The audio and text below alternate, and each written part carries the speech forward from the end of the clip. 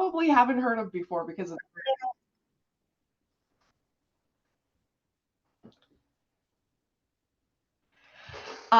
if you have been interested in making polymer clay jewelry, but have been a little bit overwhelmed with how to do it, then this is the product for you. We have taken all of the hardest parts of working with polymer clay jewelry and turned it into something fun, easy, and accessible for everyone at all levels. So what we will be making today are polymer clay earrings. I'm Stephanie. I am your instructor for the day, and let's get started. So we're going to switch to the top-down camera and give you a little preview of the earrings types that we are going to make today. So here's an example of an earring type. It has two different shapes cut out that are connected with jump rings, and it has an earring hook here at the top. And similarly, we have other shapes like this that are three pieces held together with jump rings. This one doesn't have an earring post on the back, but I'm going to show you how to add those for a stud earring. So we're going to go through how to make sort of dangle earrings and stud earrings and all these fun patterns. So I don't know if we have any experienced polymer clay creators with us, but definitely this is a beginner level product and a beginner level project. So if we take a look at this earring, if you look closely, you can see that there are about 4 or 5 colors of polymer clay in here. So with traditional polymer clay techniques, you would need to buy all of these colors separately and then work some magic to get these together in a pattern that you like. And the patterns are endless. You know, there's these kind of stone patterns. This is to look like turquoise. There are leopard patterns. And these patterns are very difficult to make by using traditional polymer clay techniques. So introducing a brand new innovative product, which is polymer clay with the pattern already in it. So this is available right now at all Michaels stores in the jewelry making department. And so inside this box, which I'm going to open right now, you get some instructions and you get a polymer clay slab. It is inside this little acetate blister. Hang on to this blister because it is a great way of storing these. And inside here is polymer clay. And as you see the front and the back, and even the side, you can see that that pattern is all the way through the clay. And this has never been done before. And that's why we're so excited to talk to you about it and show you how to use it. So it does have this little, comes in a little bag. And it is already rolled, already designed polymer clay. So let me move these guys out of the way. And if you have worked with polymer clay, you know that there are a lot of different ways to work with it. My favorite way is to work on top of a tile square. So this is a smooth tile square. This actually came from my bathroom renovation, which is why it's a little uneven. But if you go to, you know, like a Home Depot or Lowe's, you can a lot of times get a free sample of tile that you can work on. I like working directly on tile because this tile can go in the oven. So this polymer clay is oven baked like all polymer clays. You bake it in the oven. And it's a lot easier to work with if you're working on a surface that can just go directly into the oven. So that kind of eliminates a step by already having it on a smooth tile surface that can go into your oven. When we do bake this, it's baked at a low temperature. It's baked at 250 degrees for about 20 minutes. But we'll get to all that. Right now, we are just going to be designing an earring that looks a little something like this. Let me show you another product here. So where this polymer clay is sold in the jewelry department, Also, you will find a toolkit like this. These are all your basic tools for working with polymer clay, including a clay roller and a clay cutter. So here's the cutter. This is a blade, it's a very sharp blade. And let me get the roller out. This is a hollow acrylic roller. And this little pokey guy, we're going to need him. And let me just show you here. So here's our roller to polymer clay. You can go directly in and start rolling this out. Okay, it's already pre-rolled in a slab, and you could cut this with cutters just exactly in the depth that it is now. I do like to flatten it out just slightly to make it a little bit thinner. And we do have another tool, which I'll show you, also sold in the same section, which are these thickness guides. So these are just acrylic guides you can place on either side of your clay. And they come in two depths. This one is 4.5 millimeters. They also come in 3 millimeters. And this helps you, if you set it on either side of the clay, it helps you roll your clay out to an even thickness. This is especially helpful if you are making earrings for sale, if you are a maker that sells things at craft fairs. You want to make sure that you are rolling it out into an even thickness each time so that all of your pairs of earrings can work together. So this is the 4.5 mm. And it is up to you how thick you want to make your earrings. You can see how thick these sample earrings on the side is pretty thick. You can roll it out as thin as you want, but just know that this pattern is going to get a little distorted. The pieces of the pattern will get kind of pushed apart a little from each other, which is fine, but just know that that will happen. So now I've rolled this just a little bit. This is about 4.5 mm, so I can put my thickness guides here and feel that I have that at an even thickness of 4.5 mm. But again, if you want a thinner, lighter earring, you can roll it out even further. So the next fun thing is to figure out what shapes we want to cut. So in this example, we have tons of fun shapes. So these cutters, this is an example of some of the cutters that you'll find in stores. These cutters are specially made for jewelry. So you'll find shapes that are meant for working with each other, shapes that are meant for creating sort of the bottom part of the earring and the top part of the earring. You'll find large and small shapes. Like here's an example of a set that we have that has several small shapes and one large shape if you want to make sort of a cloud shaped earring.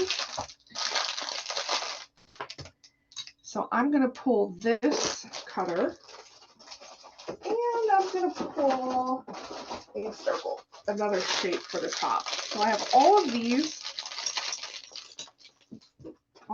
shapes that I can use for the top of my earring.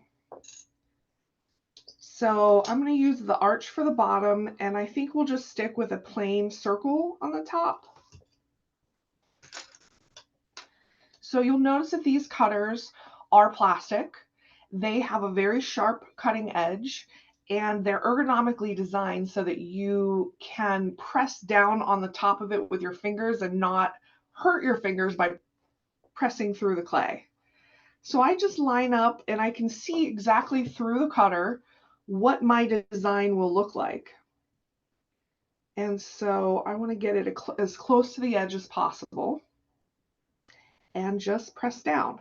Now, a little trick that I will show you that my experienced polymer clay folks will know about is the magic of cornstarch. So I have some cornstarch off to the side. Before I really press down in here, I like to dip it in the cornstarch. This just makes sure that that cutter is going to release easily from the clay and you're not going to get any stickiness. Whoop. All right, so I have my cornstarch. I'm just going to press down with even pressure. You can also take your roller and use that to roll the shape down if that's easier for you. I'm seeing in the chat that there are some audio issues. Just wanted to check if you guys can hear me okay.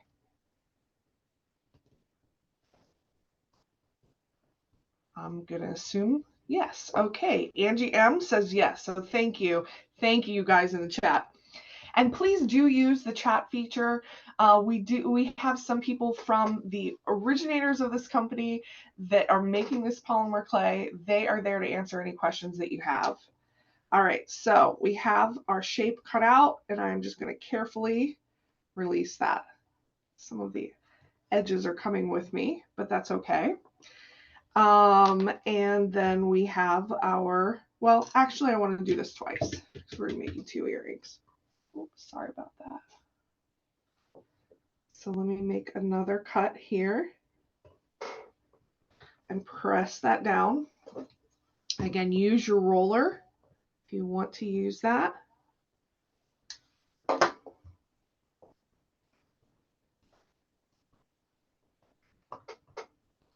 And bring it right back out.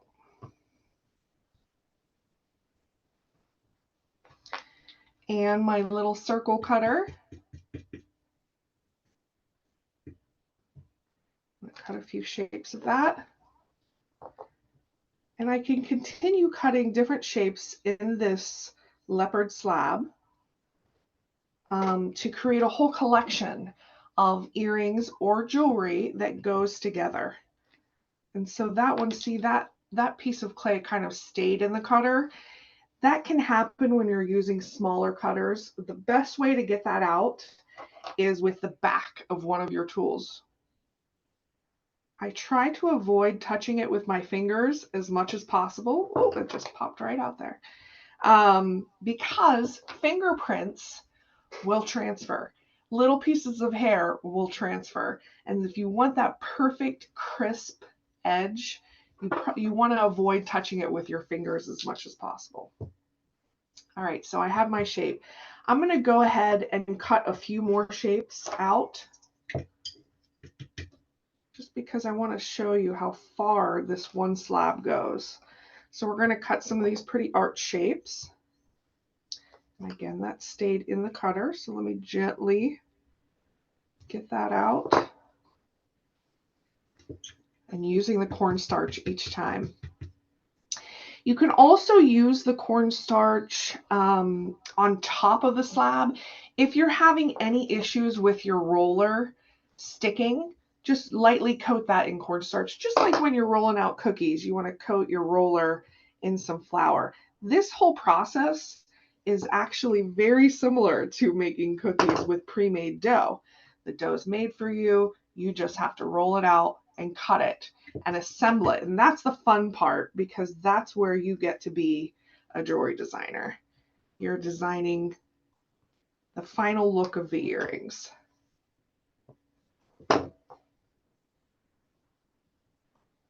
And if I hold up one of these cut pieces, you can again see how that pattern goes all the way through all of the edges.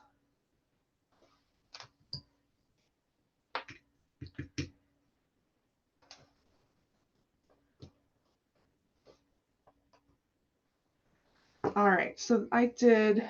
Now I'm going to take up the excess. Actually, I have a lot here. Let's get another shape. Let's do another shape over there. Will another one of these fit? No.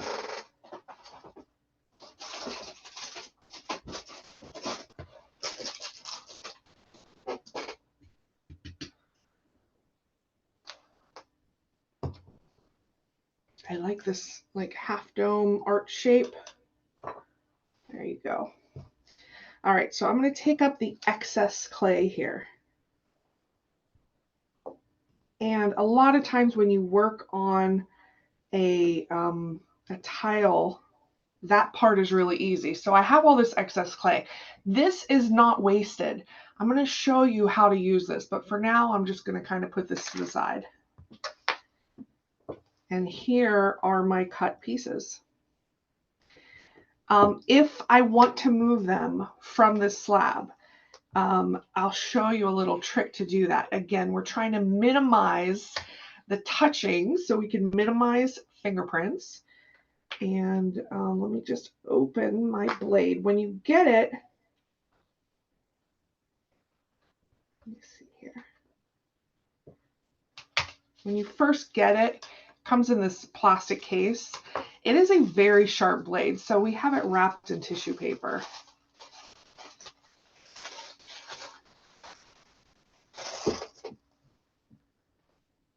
So if you need to move any of these pieces, what I suggest that you do is you get under it and move it like this. That way you know that you're not distorting the shape at all, and you're not going to be getting any fingernail dents or fingerprints. So same with this. If I want to move this from where it is, I kind of slide my blade under it and use that to move it. Okay. Any excess cornstarch, I always keep an old paintbrush here. I can just do this and get that off. Okay. All right, so here's our example earring. So you'll see in this example that we need to create 2 holes. And if we want to hang it from the top with one of these guys, we need to create a 3rd hole. So there's multiple ways of doing this. First way is you can put the hole in before you bake it. So using a sharp tool like this comes in the toolkit, you can just insert that and make a hole. Your hole needs to be large enough to accept a jump ring. And depending on the thickness of your clay, that will determine the size of the jump ring that you use. All right, so we made a hole there. The other way to do it, if you don't want to do it pre-baking, is to drill a hole afterwards once it's already baked. And I actually have a piece over here that's already baked. And you would want to use like a little hand drill. This is also sold in the jewelry making department in the UV resin section. But you're able to, I'm just going to make a random hole here. You're able to press, and using your hand to turn the drill, you can see how quickly that drilled through there. And that creates a hole to attach it to anything. The third way is if you don't have a hand drill and you have a Dremel, an electric drill. A lot of people like drilling it after baking, just because you get a perfectly precise hole that's exactly where you want it to be, that's very clean. So it's really up to you how you want to add the holes and what equipment you have to add those. Okay, so either pre-baking or after baking. Now these pieces, these are ready to go in the oven, and because I already have them on this tile, I can just put this tile directly in the oven. If you don't have a tile, let me just show you what to do. So I have a baking sheet here. This is a 1/4 sheet pan. And I also have a piece of parchment paper. So if you want to transfer those, like I said, use your blade to transfer each piece. Ooh.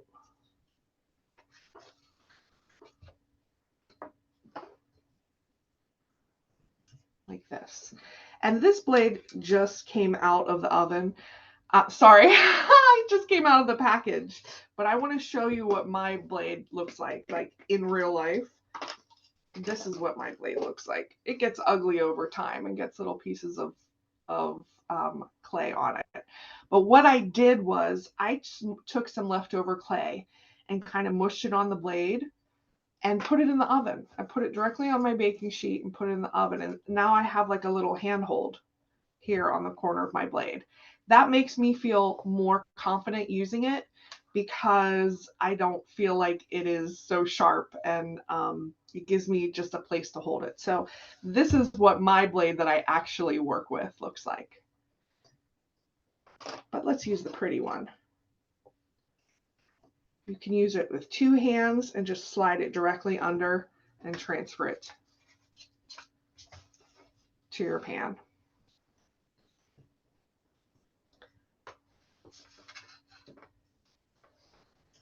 If you have any questions, as I mentioned, please do use the chat feature. If you need help finding where these items are on michaels.com, we can help you send you a link that you can buy directly from to michaels.com. And do we have any people crafting along with us? If we do, go ahead and say hello in the chat. We love that. Okay, so here we have my clay pieces. They are on a metal baking sheet and on a piece of parchment paper. As I said, alternately, you can bake them directly on a tile. So these are ready to go into the oven. It's a warm oven, 250 degrees for about 20 minutes. And most of the questions that people have about polymer clay are about the baking of it. So let's talk about baking. First of all, your oven is a liar. It is never the temperature that it says on the little readout. So to be the most accurate with this craft, you want to make sure that your oven temperature is accurate by using an external thermometer. As I said, it's a cool oven, about 250 degrees, 20 minutes, 20 to 25 minutes even. Most of the problems that people have with clay is that it's not baked enough. So, but this is, through the magic of video, this is what it looks like when it comes out of the oven. The clay is very bendy. Now, of course, you want to allow it to cool. But the clay is very bendy. It's flexible. It shouldn't snap or break. If it snaps or breaks, that means probably that it wasn't cooked long enough. This is called polymer clay because it has polymers inside of it, which is like a plastic. And that plastic needs to be to cook long enough to break it down and melt it. And then when it solidifies, it's in this new kind of very flexible form. Okay, so we have this shape, and find the other shape that it goes with. Maybe not. Well, let's do, here we go. Let me take these apart and put them back together.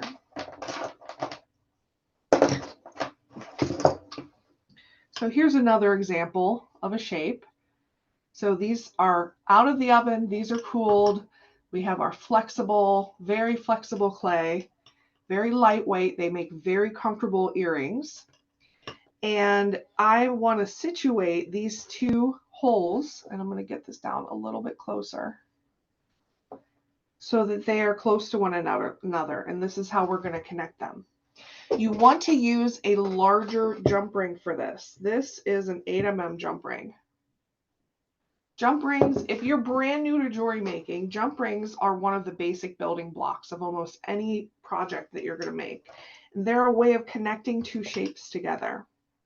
So it is a circle that has a break in the top, and I don't know how close I can get this so you can see where the break is. But that break is where the jump ring opens. And so I have two tools here, two pliers, and I situate them on either side of that break. And then I move one toward me and one away from me. And that's how I open a jump ring. Okay, so this is now open. And so I slide that through one hole that I've made and slide this piece onto the same jump ring. And now I want to close it. So I close it in the opposite way that I opened it, which is bringing those two pieces back to one another. And that is how you connect two things together. Okay.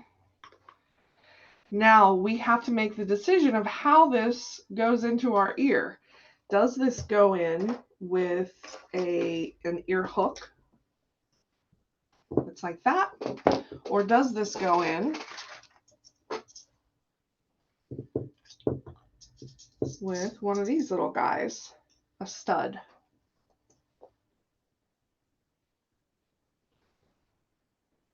I see a question in the chat from Ruth. Ruth, thank you. Should you use a toaster oven strictly for baking? And that's it cut off. I didn't see the rest of it. But the question was about ovens, so that I'll try to hopefully answer your question. You can bake this in a regular oven, a convection oven, or a toaster oven, as long as you are sure that that toaster oven is fully preheated, warmed up, and that you're going to get an even heat throughout. Okay, so here are our options for how we want this to attach to our ear. Do we want it to be more dangly like that, or do we want it to be a stud attachment? So I'm going to show you how to do both ways. So if we're going to go with the dangle, I need to poke a hole here. So again, I have my hand drill, and I can just drill right through this. Now that this has been baked and hardened, I can drill right through this. With this particular pair, I'm not going to drill it. I am going to show you how to add this stud. So this is a finding. It's a flat pad stud that is available at Michael's, and it simply glues on the back. And there are a dozen different ways to do this, but I'm just going to show you the easiest way. So you want to get a good super glue. This one is Loctite. And just a little dab there. You're going to want to experiment with different glues. This Loctite works well. And it is like one of these instant grab type super glues. And I've also made sure that some of that glue is kind of up over the edge here on the back. It's not just underneath, but it's really kind of all around that pad. And then we're going to let that dry. So that's one way to do it. You can also use UV resin to attach this. You can use clay to attach that, but that's a little more advanced. We're going to handle that using clay to attach this in another class. So I hope that you'll join us for sort of like a 102. All right. So I've attached that, and then we have an earring back that I can just slide on there.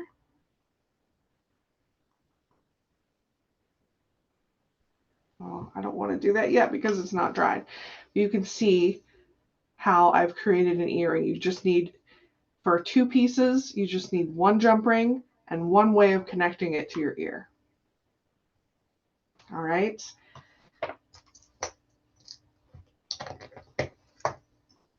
So let me show you this way with a different pair of earrings.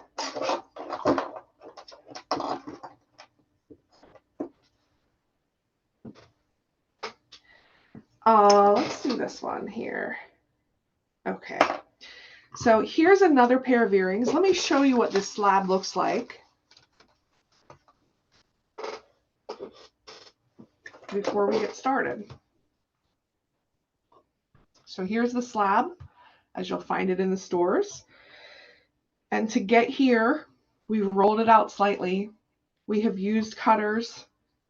We have put it on a tile or on parchment paper on a cookie sheet. We baked it in the oven and we've allowed it to cool completely.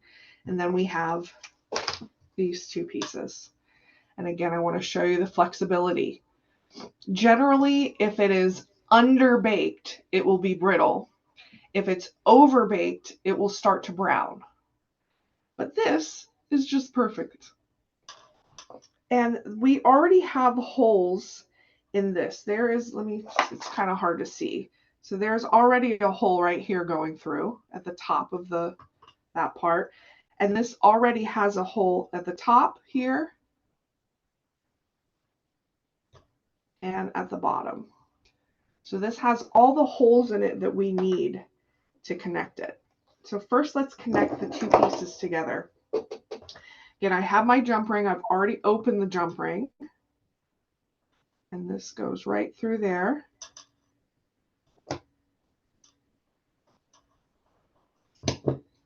I'm going to connect one of those other holes.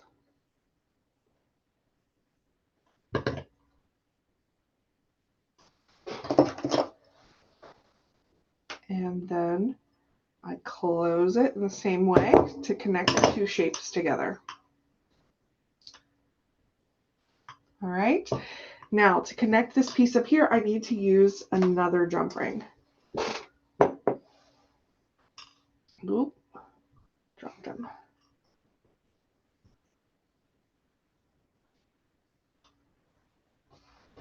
And I find that break in the jump ring. I situate my two pliers on either side and I open. And then put that through and then add my earring hook. Sometimes they call that a French ear hook. And close it up.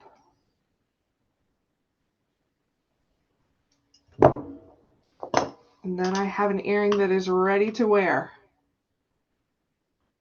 Okay, let me show you some other versions, and then we're going to get back to that leftover clay. We don't like to waste anything as crafters. We like to make sure that we can use every bit of what we purchase. So here's another example. So this is the same art shape, just cut out twice and then connected together with jump rings. And then of course it's connected at the top to a smaller piece, which we can finish off this way with an ear stud. And or finish off at the top like this. So I am going to use the drill to drill through and add an earring finding.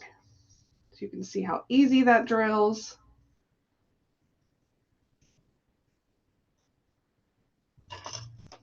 Okay, you can see the hole that it made. It's kind of hard to see, but it's right here. And using a large jump ring, which I already have open here. Oops. I'm just going to feed that through and pull one of my ear wires here and close that up. Sometimes you don't need to use two pliers. If the jump ring's large, you can kind of just use your fingers. But you do want to make sure that these two parts come together evenly because you don't want this thing slipping off.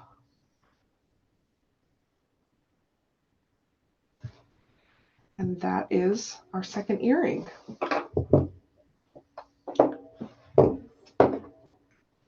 All right, so let's get back to leftover clay.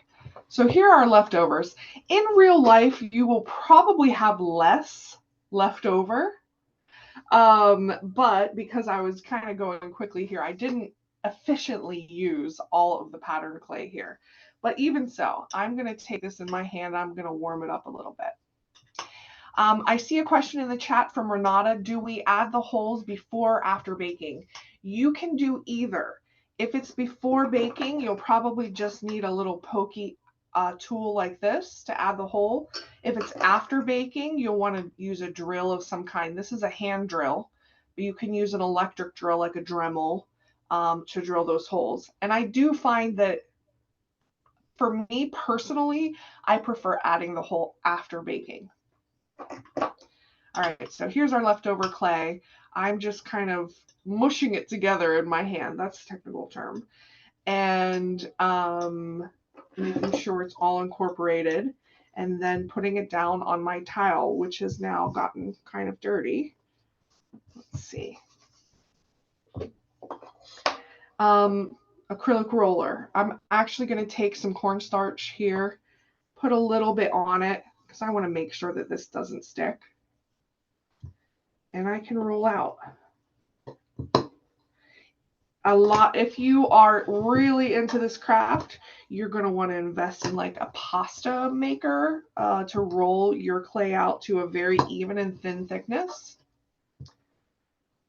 But you can see how that pattern expands, and it still makes really, really cool patterns that might not be the leopard pattern that we started with, but it's more of a marble. And I can make this as thin or as thick as I want. And you can see I'm kind of rotating a quarter turn as I go, just trying to get this as even as possible. Oop, and it stuck to the roller a little bit. Okay, let me even this out on this side. Turn it this way.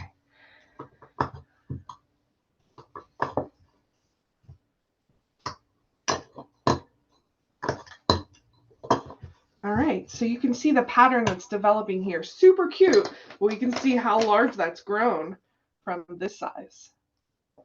All right, let's get some other cool cutters out.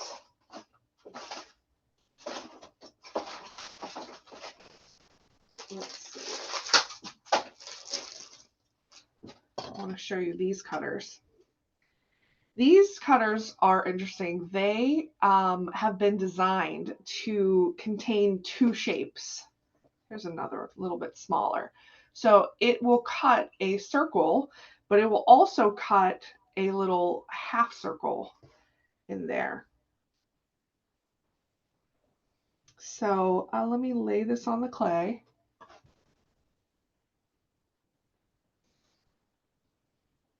Get that closer. Oh, I forgot the cornstarch.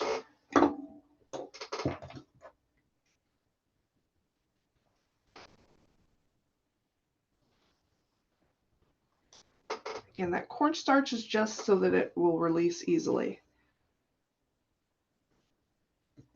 And let me cut another piece over here.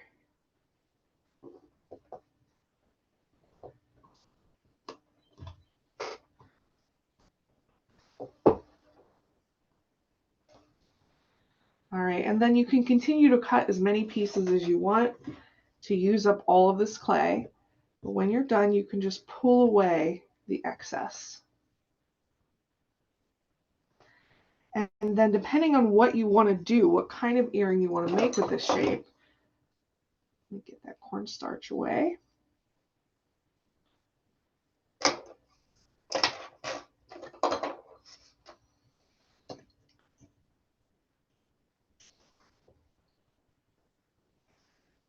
So here I'm trying to pick this up. Oh, it's smushing it just a little bit. But here I have multiple shapes to play with. So I have the inside shape, the outside shape. I'm actually going to get rid of this inside shape because I don't want that. I want these two.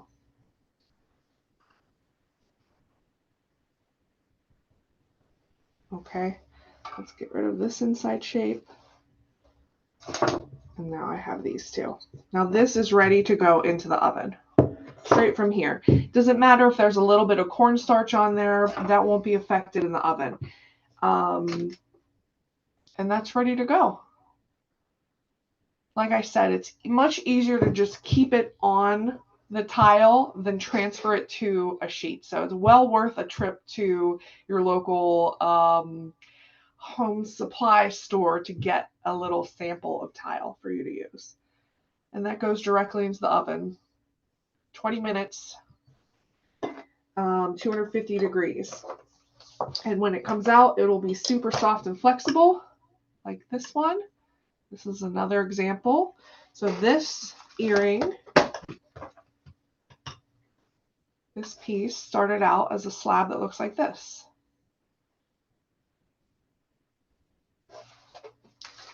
All right, so that is how we reuse the clay. So not a bit of it is going to be wasted. Even this extra bit that I pulled off and these little pieces that I pulled off, I can repeat this over and over again.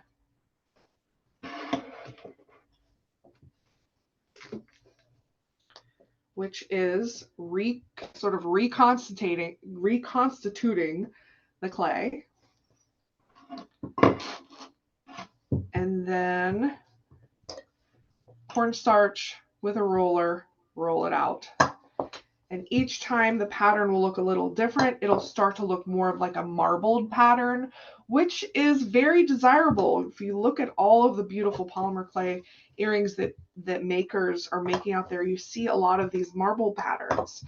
And it really becomes very economical to use this pre-patterned clay because you don't have to buy all the individual colors of clay.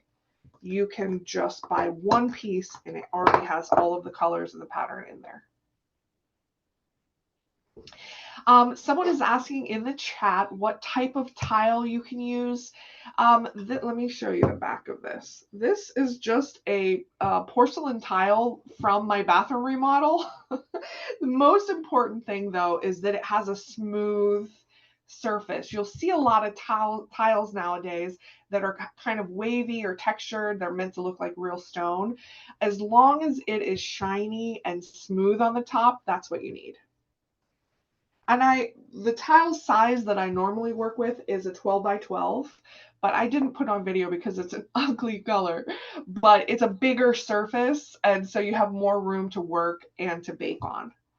This is a 6 by 6. I believe someone just asked about how do you store it. So you do want to store this in an airtight container. As I said in the beginning, the little acetate box that it comes in when you buy it is a great way to say, actually it goes in this tray and then this is the lid. And that will keep the air out.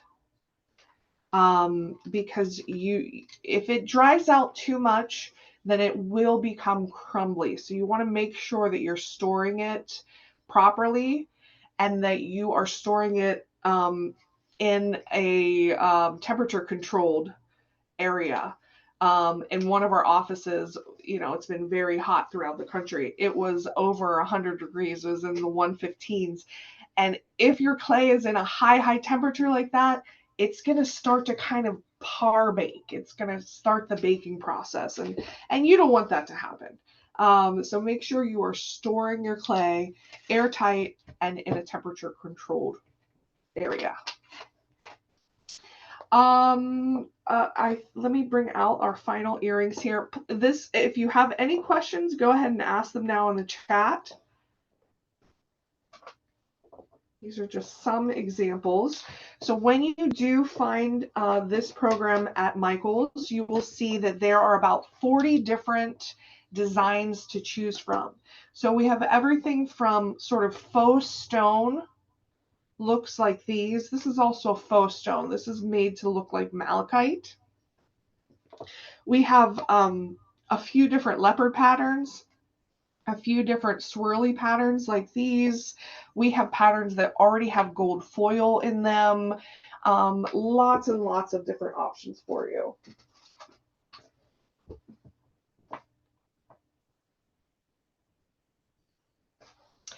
Question from Harry, is ceramic tile okay to work on? Sorry, I'm just trying to catch up to the chat here. Just a sec.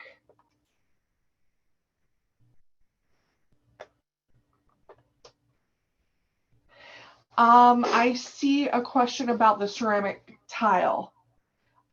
You can put the ceramic tile directly on your oven rack, or if it makes it easier for you to grab out of the oven, you can put it on a baking sheet. It doesn't need to be on a baking sheet, but sometimes it's easier to grab that since it has better edges to grab.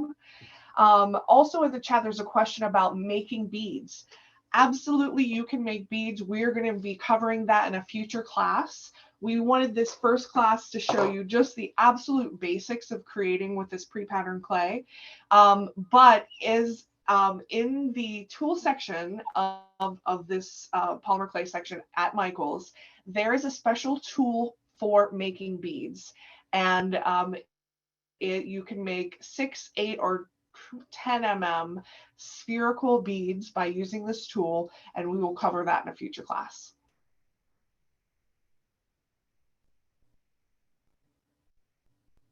A question, could you add flour if you don't have cornstarch? I have not tried that. I'm not sure, but I'm going to try that, so I'll know the answer to that in my next class. So I'll give that a shot. I don't see why it wouldn't work, but I've always used cornstarch. Let's see.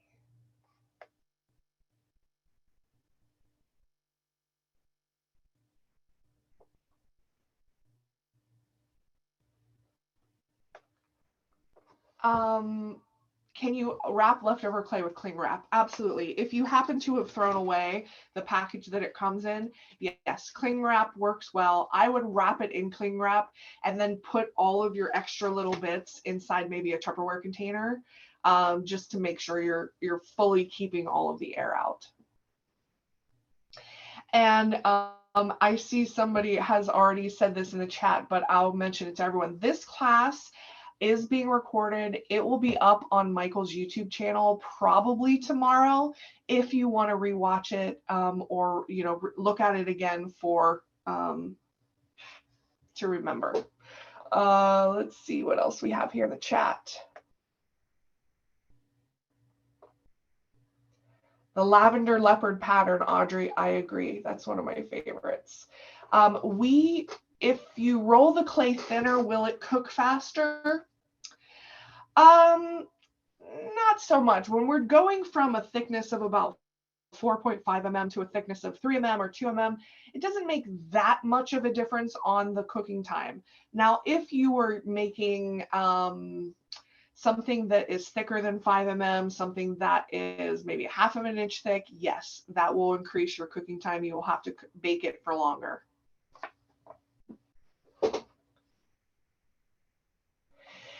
Someone asked about a glaze if you want it to be shiny. Well, do I have the product for you? That would be UV resin. So here's an example of UV resin here. Comes in a bottle, also sold at Michael's in the jewelry making section. This is an amazing way to make this glossy. Thank you for asking. So you can see when it comes out of the oven, it's got this really, I love this really pretty matte texture. But if you like glossy, then what you have to do is, and I have this blue thing, by the way, guys, is a silicone mat. This is just to protect my work surface, and that really comes into play with UV resin. So let me get it on, here we go. Here's a piece. So with UV resin, it is just a liquid that pours out. I have a wood stick here.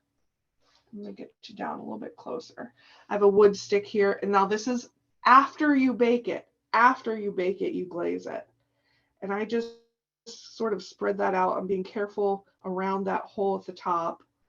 And you can use this just to coat it. You can kind of put a little bit of a dome on it if you want. And UV resin is self-leveling, so even if I put a gash through the center here, you can see that it kind of heals itself. And that's how I put a clear coat on it. Now, UV resin cures with UV light. So you do need a UV lamp, which I don't have hooked up at this moment, to cure this. This will also cure in the sunlight from the UV rays of the sun. And then you have a beautiful glossy piece. If you're into UV resin, because this is Michael's a week of jewelry making, we have a special UV resin class coming up in an hour? In an hour. So right now, hopefully that's still linked on michaels.com. I don't know if we can get that into the chat. If you want to learn more about the basics of UV resin and creating jewelry with it, there's a class in an hour that you can sign up for. All right, let me just look at the chat. If there are any other questions, I want to make sure I answer them in the few minutes that we have.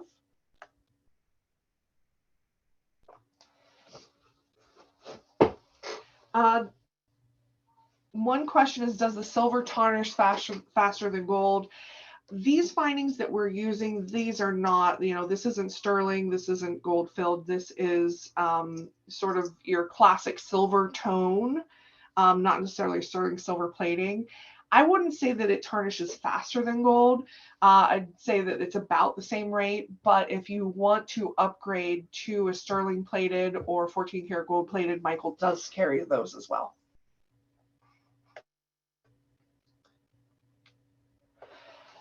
Baking again is 250 degrees at 20 minutes, 15 to 20 minutes. It really depends on your oven and the steadiness of the temperature in your oven. You know, so I would say you always, with polymer clay, you always want to err on the side of baking it longer, because baking it for a shorter time can cause brittleness. That means that it hasn't gone through its full process of polymerization. So it hasn't activated all of those little ingredients in there that come together to make a flexible material. So always err on the side of baking it a little bit longer. It's not going to like explode if you bake it 5 or 10 minutes longer. If your oven is hot or your oven has hot spots, it may darken just slightly, but really that darkening doesn't start to happen until you've really overbaked it. I just want to get to the rest of your chat questions here.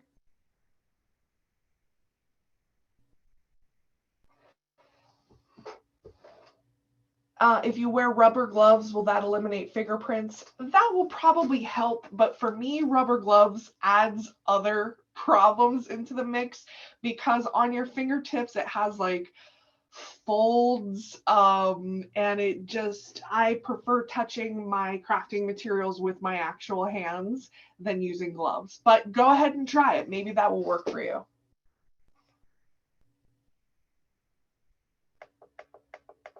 So happy to see a lot of the comments about people, I'm moving this because this is still wet, people interested in trying polymer clay for the first time. I can tell you that is why this product was invented. It was invented to take away all of that fear of making jewelry with polymer clay. Polymer clay jewelry making is the hottest thing in jewelry making right now. So if you use this, you're participating in a major trend. A lot of makers out there making a lot of money selling their polymer clay jewelry. And so we wanted to make it accessible for the absolute beginner, which is what I think we've done here. So this is, again, what it looks like in the stores, pre-patterned, 40 plus patterns to choose from. Get out in stores and have a look at it. And I hope that I've taken away some of that fear of starting with polymer clay jewelry today. Thank you so much for being here with us. Like I said, we have another class starting in like an hour. So if you want to learn about more jewelry making with UV resin, join us for that. Thank you so much for being here. You guys are awesome. And we will see you next time. We're going to be doing polymer clay classes every month. So check out michaels.com. Thanks a lot, guys.